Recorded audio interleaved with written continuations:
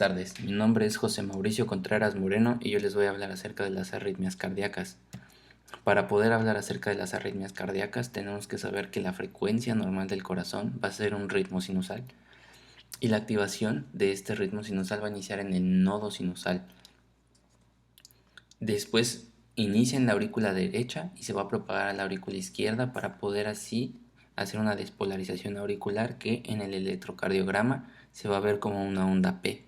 Una vez que sucede esta despolarización, va a pasar el mando al nodo auriculoventricular, que este va a mandar sus señales más rápidas, donde va a llegar todo el impulso a las de His, después va a pasar por sus ramas penetrantes, por las fibras de Purkinje, hasta llegar a un tejido muscular del ventrículo, donde va a haber una activación del tejido ventricular que se va a ver expresado en el electrocardiograma como el complejo QRS.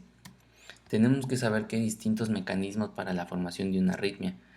El principal puede ser un automatismo anormal, que sucede más en casos de isquemias o desequilibrios electrolíticos, porque van a sobrepasar la frecuencia del automatismo sinusal y van a constituir un marcapasos dominante.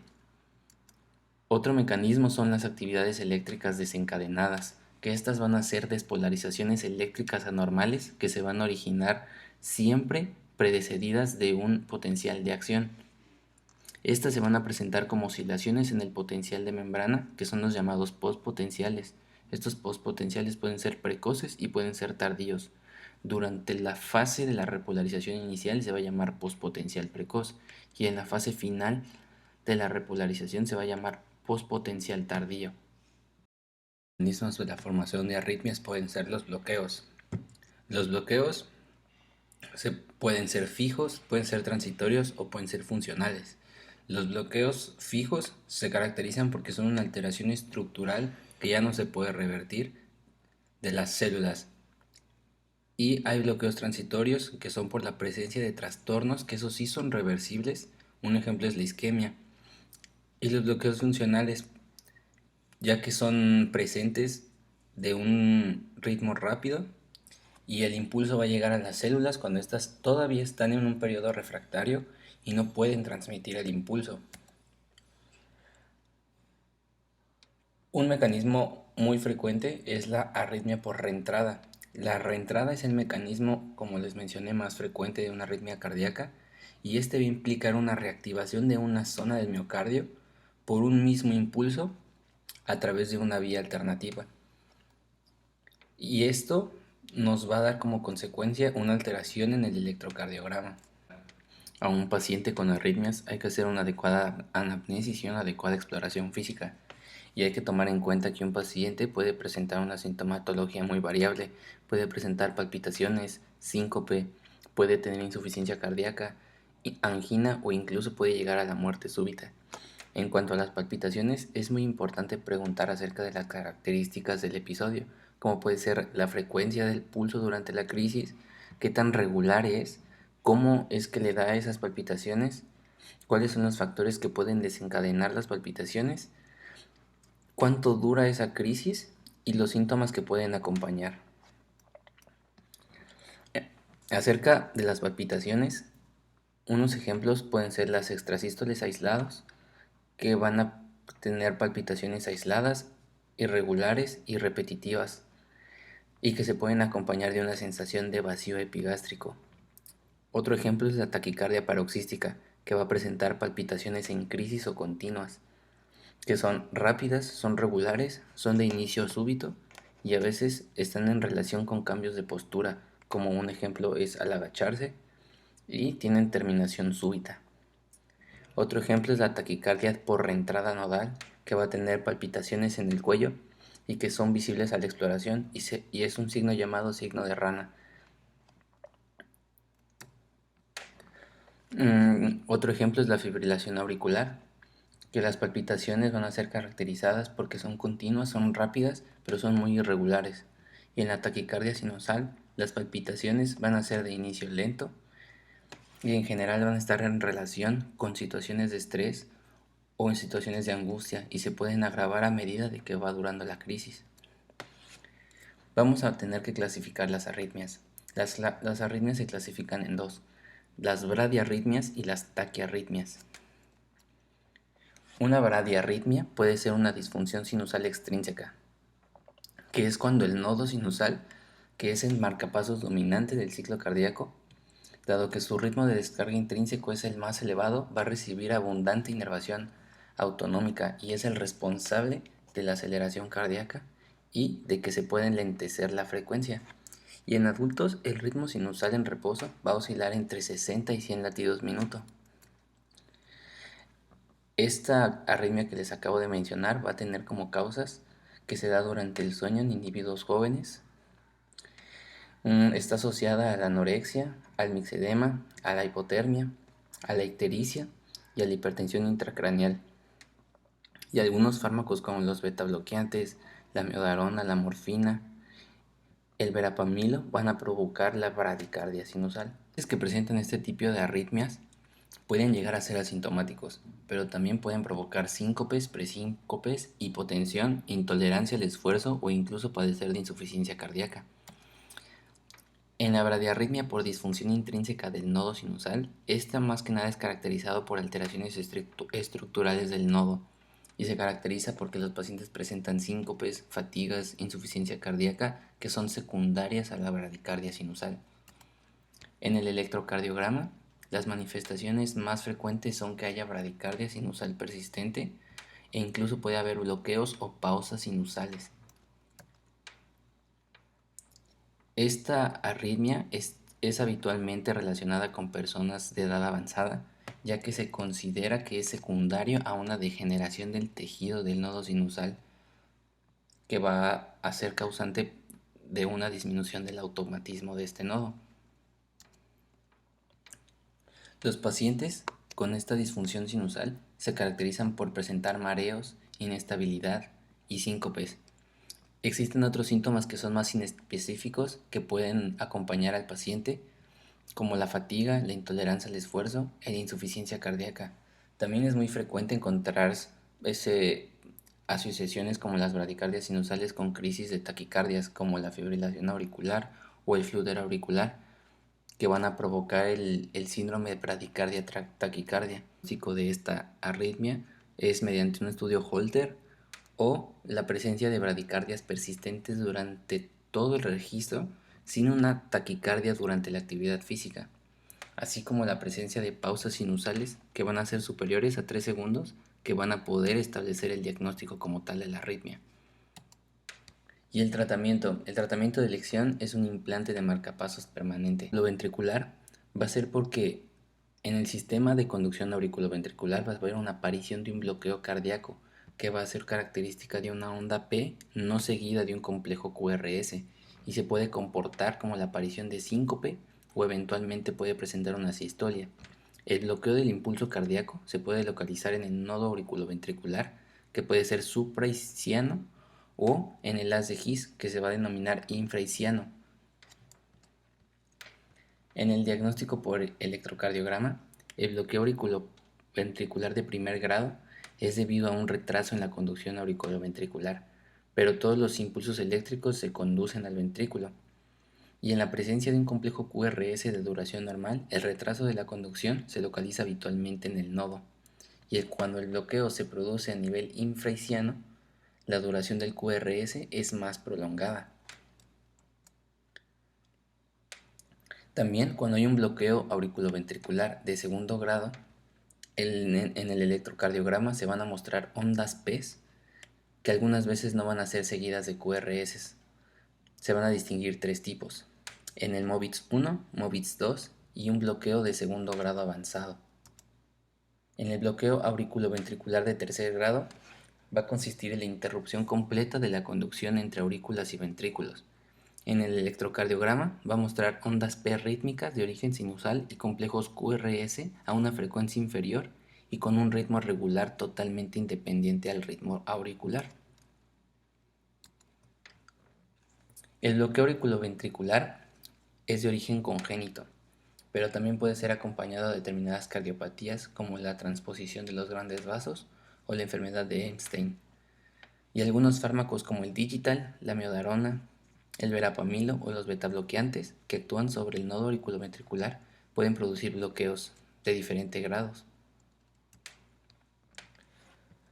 En los bloqueos de primer grado y en gran parte de los de segundo grado, el paciente se puede encontrar asintomático, así como los de tercer grado si el ritmo de escape puede ser adecuado, pero si la frecuencia ventricular es lenta, van a aparecer signos de bajo gasto.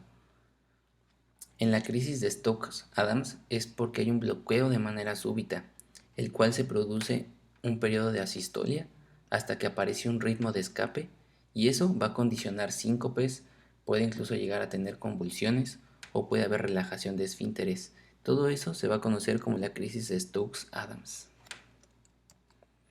Y en el tratamiento farmacológico se van a utilizar solamente en casos de que haya bloqueo agudo, y cuando es un bloqueo supraiciano se va a usar atropina, y cuando es un bloqueo infraiciano se va a usar el isoproterenol.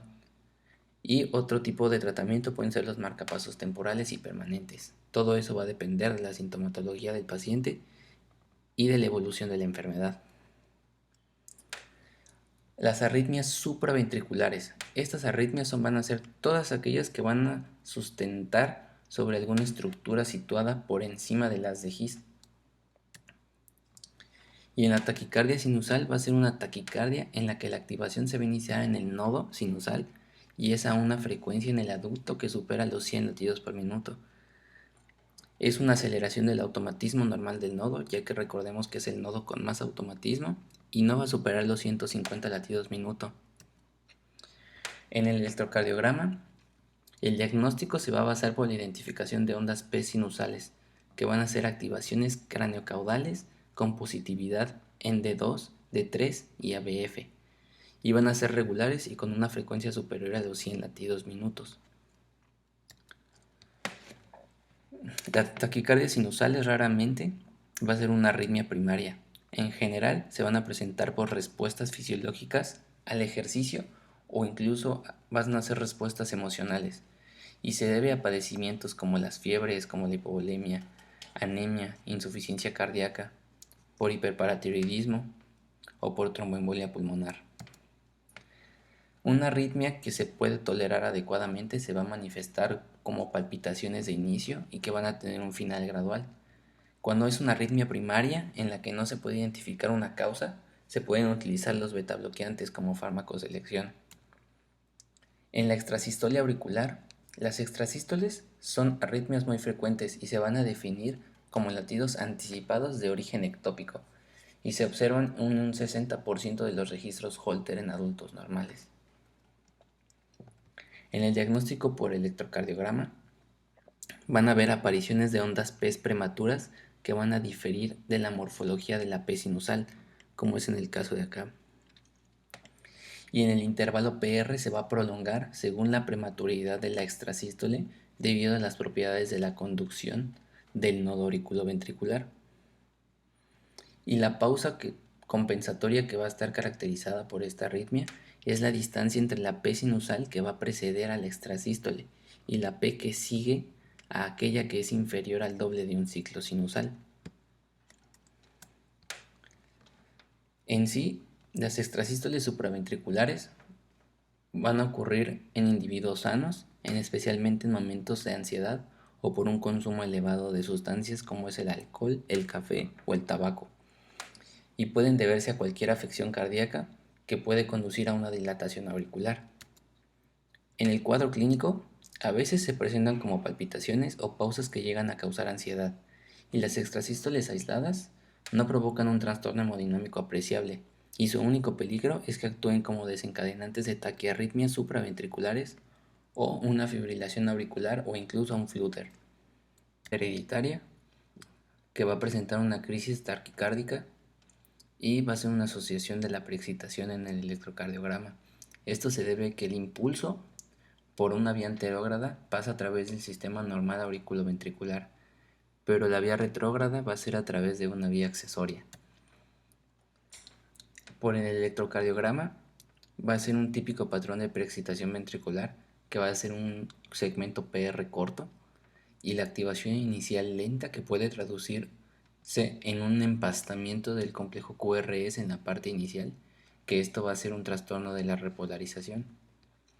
Y también otras características de este síndrome va a ser la anchura del QRS, la altura y la duración de la onda delta, que van a depender de la velocidad de conducción, de la localización de la vía anómala y de la velocidad de conducción a través del sistema específico. En sí, este síndrome va a ser una enfermedad congénita debido a la existencia de un haz anómalo. La prevalencia de este síndrome es 1 a 3 por cada 1000 electrocardiogramas, y esta anomalía se asocia normalmente por una implantación baja de la válvula tricuspidia o la enfermedad de Epstein. Se puede observar una alta incidencia de taquiarritmias que van del 12 al 80%. La más frecuente es la taquicardia paroxística supraventricular, seguida de la fibrilación auricular, que esta se va a producirse por consecuencia de la paroxística supraventricular. Si el paciente presenta fibrilación auricular, se deben administrar fármacos de clase 1 como la procainamida, que estas van a bloquear la conducción a través de esa vía accesoria o haz anómalo. El uso de fármacos que bloquean la conducción en el nodo auriculoventricular como el digital o el verapamilo va a estar contraindicado. La taquicardia supraventricular. Este concepto se van a agrupar las taquicardias regulares, que requieren para su mantenimiento alguna estructura situada que está encima de la bifurcación del fascículo de His. Según su forma de presentación, las taquicardias supraventriculares se pueden dividir en paroxísticas o incesantes. También se pueden clasificar según la duración, en las que duran más de 30 segundos o las que no duran más de 30 segundos. Por el electrocardiograma. Su diagnóstico electrocardiográfico se va a basar en la presencia de un QRS muy estrecho. El mecanismo se establece atendiendo a la forma de la onda P y su relación con el QRS. En sí, los pacientes, cuando son paroxísticas, las taquicardias se presentan como una crisis de palpitaciones, de ansiedad, pueden tener dolor torácico, dificultad para respirar o síncope, y en otros casos presentan taquicardias incesantes. Los tipos de taquicardias auriculares se dividen en taquicardias por reentradas, taquicardias focales, y el diagnóstico del electrocardiograma depende de la identificación de las ondas P y de la forma de las ondas. La taquicardia auricular por reentrada sinusal. Esta se inicia mediante extrasístoles auriculares y se deben a una reentrada en la zona presinusal. El diagnóstico se establece cuando se observa una taquicardia paroxística con una onda P idéntica a una onda sinusal. Estas va a ocurrir en pacientes que no van a tener antecedentes de cardiopatías, y se puede ensayar el tratamiento con beta bloqueantes, pero también el tratamiento de ablación con radiofrecuencia es muy efectivo. Y las taquicardias auriculares automáticas se van a deber a un foco automático que descarga impulsos a una frecuencia superior a la frecuencia sinusal. Y las taquicardias de este tipo son a menudo incesantes. Están presentes la mayor parte del día de manera continua y en rachas muy frecuentes. El diagnóstico se hace por el estudio de la respuesta a la estimulación. Y las taquicardias por reentradas. Se va a tratar del mecanismo más frecuente de taquicardias supraventriculares. Afecta a mujeres por encima del 80%, y aunque se observe en niños es más frecuente que se aparezca en jóvenes de 15 a 20 años. El electrocardiograma se puede presentar como una taquicardia paroxística, que la frecuencia puede ir entre 120 a 250 latidos minuto, y va a ser caracterizado por un QRS estrecho. Va a ser una onda P retrógrada negativa en las derivaciones inferiores, que se vaya a encontrar fusionado con la parte terminal del complejo QRS. En sí, la taquicardia se va a deber a una existencia de una doble vía nodal, que va a permitir el establecimiento de un circuito de reentrada de la conducción. La vía rápida va a presentar una conducción muy rápida y un periodo refractario más largo que la vía de conducción lenta, y va a tener una presencia de un segmento PR largo. En sí, la sintomatología va a ser caracterizada por palpitaciones, por dolor torácico, puedes presentar ansiedad e incluso síncope. Y en la taquicardia intranodal van a presentar el llamado signo de la rana, que es la sensación de palpitaciones en el cuello por la presencia de ingurgitación yugular. El tratamiento de elección en la taquicardia intranodal es la ablación con radiofrecuencia y tiene una efectividad superior al 95%. Y la taquicardia por reentrada por una vía accesoria es la taquicardia más frecuente en pacientes con vías anómalas y se va a utilizar el sistema auriculoventricular como conducción de brazo anterógrado de la taquicardia, pero la vía accesoria va a funcionar como el brazo retrógrado y va a dar lugar a una llamada taquicardia ortodinámica.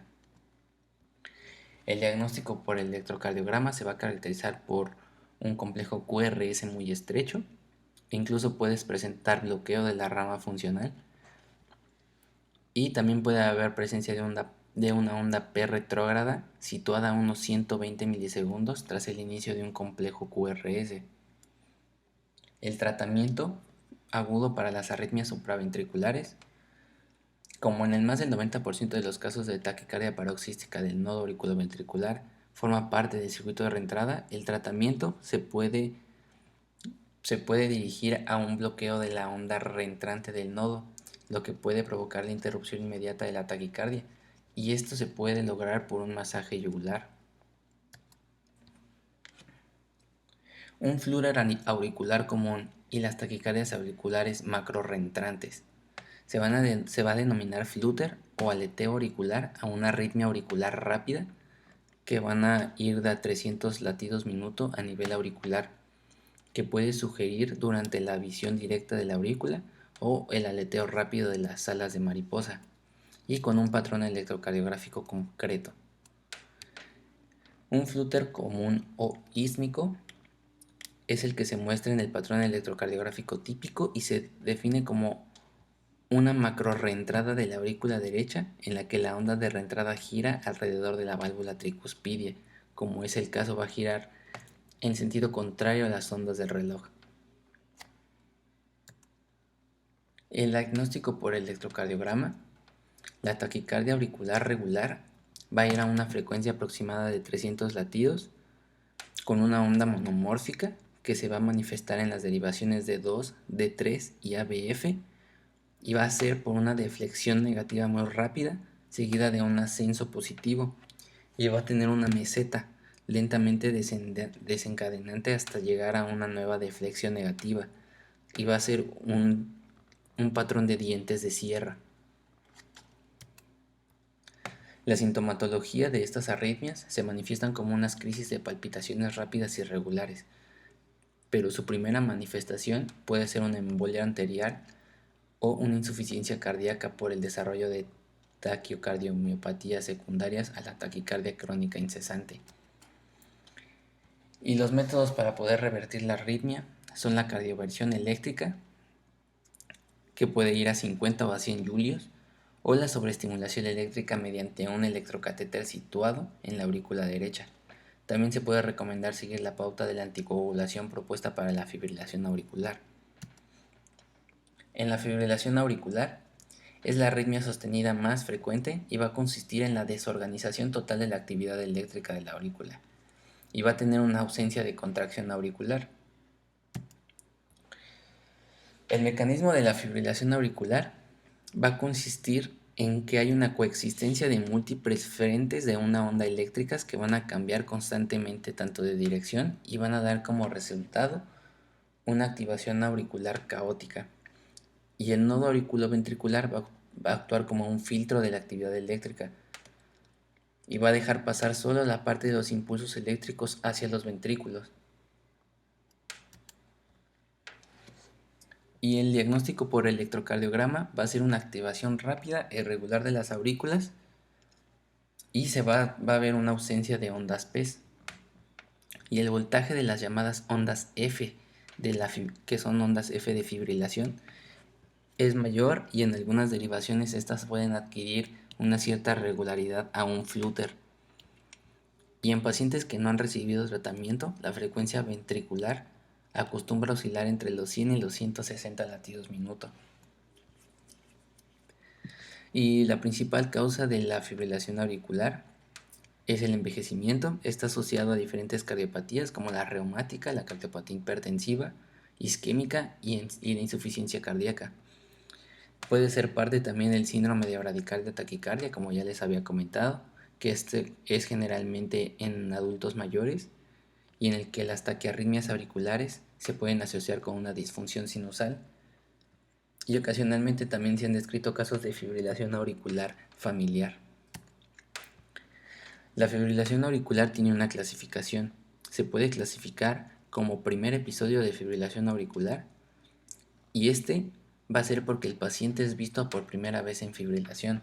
Va a ser una fibrilación auricular persistente porque el paciente permanece en fibrilación más allá de 7 días. La paroxística es que se puede autolimitar en un periodo de 7 días o menos si se somete a cardioversión eléctrica farmacológica antes de los 7 días. Y la fibrilación auricular persistente de larga duración son pacientes que duran con este padecimiento más de un año. Y la fibrilación auricular permanente son los pacientes en los que no se intenta retomar el ritmo sinusal, ya que hay muy poco porcentaje de éxito en estos pacientes. Y el tratamiento de la fibrilación auricular se debe considerar la reversión a ritmo sinusal, la prevención de las recurrencias y la prevención de las complicaciones. Una reversión a ritmo sinusal, para que se pueda restablecer el ritmo, se puede realizar la cardioversión eléctrica o la cardioversión farmacológica. Los pacientes en los que la fibrilación puede provocar un trastorno hemodinámico grave deben recibir un tratamiento que pueda restablecer lo antes posible la estabilidad hemodinámica, como es la cardioversión eléctrica sincronizada. También se debe tomar en cuenta la antigüedad del episodio. El inicio reciente, que es la que tiene una duración inferior a 48 horas, no se va a necesitar terapia anticoagulante. Sin embargo, en el episodio que dura más de 48 horas, deberá instaurarse el tratamiento anticoagulante durante 3 semanas antes de la cardioversión y 4 semanas después de la cardioversión. Para poder tener un control de la frecuencia cardíaca, debemos tomar en cuenta que hay fármacos que son fármacos antiarrítmicos y van a tener diferentes clases. Más adelante se los voy a explicar. Desde la fibrilación auricular se han hecho 2 puntuaciones con el fin de poder estratificar el riesgo. Si tienes una puntuación de 0, es un riesgo bajo. Si tienes una puntuación de 1 en estas dos puntuaciones, tienes un riesgo intermedio, y si tienes una puntuación de 2, tienes un riesgo alto de poder sufrir un accidente cerebrovascular. Vamos a pasar a las arritmias ventriculares. La extrasistolia ventricular es la presencia de un latido cardíaco prematuro con respecto a un latido normal y se puede originar por debajo de las de His. El mecanismo de esta arritmia va a ser porque se va a originar el latido por una microrreentrada del tejido miocárdico, aunque a veces puede estar relacionada con un automatismo anormal.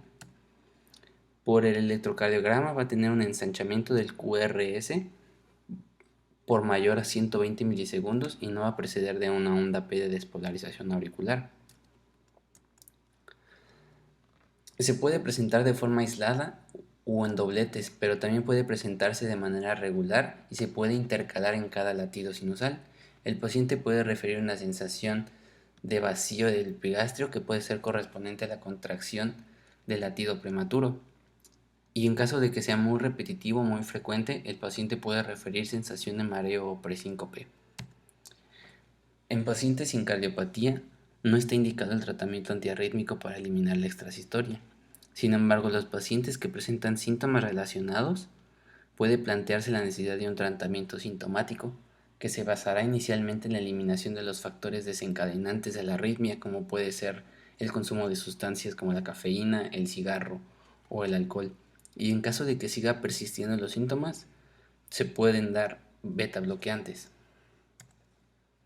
En la taquicardia ventricular. Se denomina taquicardia ventricular a la presencia de un ritmo cardíaco a una frecuencia superior a 100 latidos minutos, cuyo origen de esa frecuencia se va a situar por debajo del haz de His. La taquicardia ventricular va a tener una clasificación. Se puede clasificar en no sostenida, en monomórfica o incluso polimórfica. La taquicardia ventricular no sostenida es la que tiene 3 o más latidos consecutivos de taquicardias ventriculares y va a tener una duración menor de 30 segundos. En la taquicardia ventricular sostenida va a tener una duración de más de 30 segundos o que se pueda requerir una cardioversión de manera urgente. En la taquicardia ventricular monomórfica, los latidos ventriculares consecutivos tienen un QRS de forma idéntica, mientras la polimórfica va a tener unos complejos QRS de una morfología muy variable. La principal causa de la taquicardia ventricular es la cardiopatía isquémica, pero este tipo de taquicardias está asociada a muchísimas enfermedades cardíacas como la miocardiopatía dilatada, las valvulopatías, las cardiopatías congénitas, la displasia ritmogénica del ventrículo derecho, las enfermedades sistémicas con afección cardíaca como la sarcoidosis o la amiloidosis, o la enfermedad de Chagas.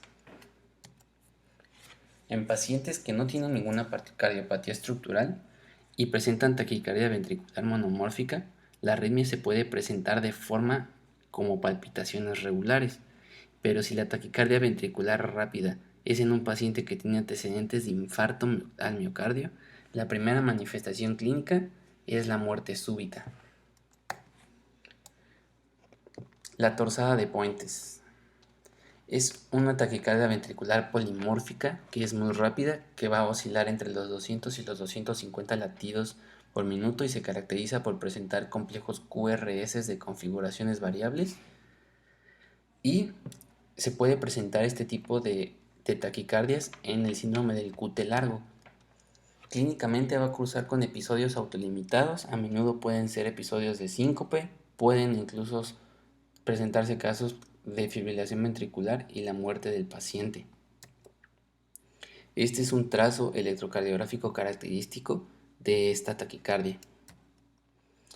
La fibrilación ventricular es la presencia de un ritmo ventricular de más de 250 latidos minutos. Es irregular, tiene una morfología muy rara y puede llevar irremediablemente a la pérdida total de la contracción del miocardio y alteraciones hemodinámicas, e incluso puede llevar a la muerte del paciente. La fibrilación ventricular es el resultado de la activación de todos los ventrículos a través de numerosos frentes de ondas eléctricas, en lo que se han llamado reentradas funcionales. Entonces la fibrilación ventricular es el ritmo final en la mayoría de todos los pacientes que sufren muerte súbita y pueden aparecer como complicaciones en prácticamente todo tipo de patología cardíaca. Estos trazos son típicos de una fibrilación ventricular. Como se pueden dar cuenta, son trazos amplios en las ondas. Incluso puede haber ondas negativas. Los tratamientos antiarrítmicos. Los tratamientos antiarrítmicos se van a dividir en 4 clases. En la clase 1 se van a situar los fármacos con una acción predominante sobre el canal de sodio. En su efecto principal va a ser reducir la velocidad de ascenso del potencial de acción, por lo que va a haber un enlentecimiento de la conducción del impulso eléctrico a las células que dependen del sodio, como es el caso de las células cardíacas. La clase 1 va a tener 3 subclasificaciones, es la clase 1A y los fármacos son la quinidina y la procainamida. La clase 1B es la lidocaína y la mexiltelina, y la 1C es la flecainida y la propafenona. Los fármacos del grupo 2 van a incluir a los betabloqueadores adrenérgicos, entre ellos está el propanolol, el metoprolol y el atenolol. Y en la clase 3 pueden aparecer fármacos que prolongan la duración del potencial de acción. Normalmente es un efecto sobre los canales de potasio. Y estos fármacos que desencadenan este tipo de efectos son la miodarona, el sotalol y la dronedarona. La clase 4 de estos antiarrítmicos está constituida por los fármacos antagonistas del calcio, como es el verapamilo. Muchos fármacos pueden estar en una sola categoría, pero pueden tener efectos comunes de varias categorías, como la dronedarona y la miodarona poseen efectos propios de las 4 fases, y el sotalol también posee efectos de las clases 2 y las clases 3. Aquí se encuentra una lista de todos los fármacos, de la vida media de cada fármaco, de la posología de cada fármaco y los efectos colaterales que pueden tener las diferentes clases de antiarrítmicos. Las indicaciones. En taquicardias supraventriculares, el ATP y el verapamilo intravenoso son los fármacos de elección en caso de un evento agudo. En las taquicardias ventriculares, el fármaco de elección es la procainamida intravenoso, excepto en el contexto de que haya un infarto al miocardio, en el cual se debe usar lidocaína intravenosa. En la fibrilación auricular o un flúter, los fármacos que se utilizarán en la fase aguda son la flecainida, la procainamida y el sotalol o la miodarola. Y en el segundo paso de la fibrilación auricular va a haber beta bloqueantes, puedes utilizar digoxina, antagonistas del calcio, si es que tú deseas tener un bloqueo de la conducción a través del nodo auriculoventricular para poder controlar la frecuencia ventricular. En el tratamiento crónico, los antiarrítmicos de las clases 1A, 1C, 2, 3 y 4 están indicados en la prevención de las taquiarritmias supraventriculares paroxísticas, pero en el síndrome de Wolff-Parkinson-White no están indicadas las clases 2 y las clases 4. Y para poder prevenir los episodios de fibrilación y flúter auriculares paroxísticos, se pueden utilizar fármacos de las clases 1A, 1C, clase 2 y clase 3, que pueden también usarse en pacientes con arritmias ventriculares. Eso sería todo. Hasta la próxima.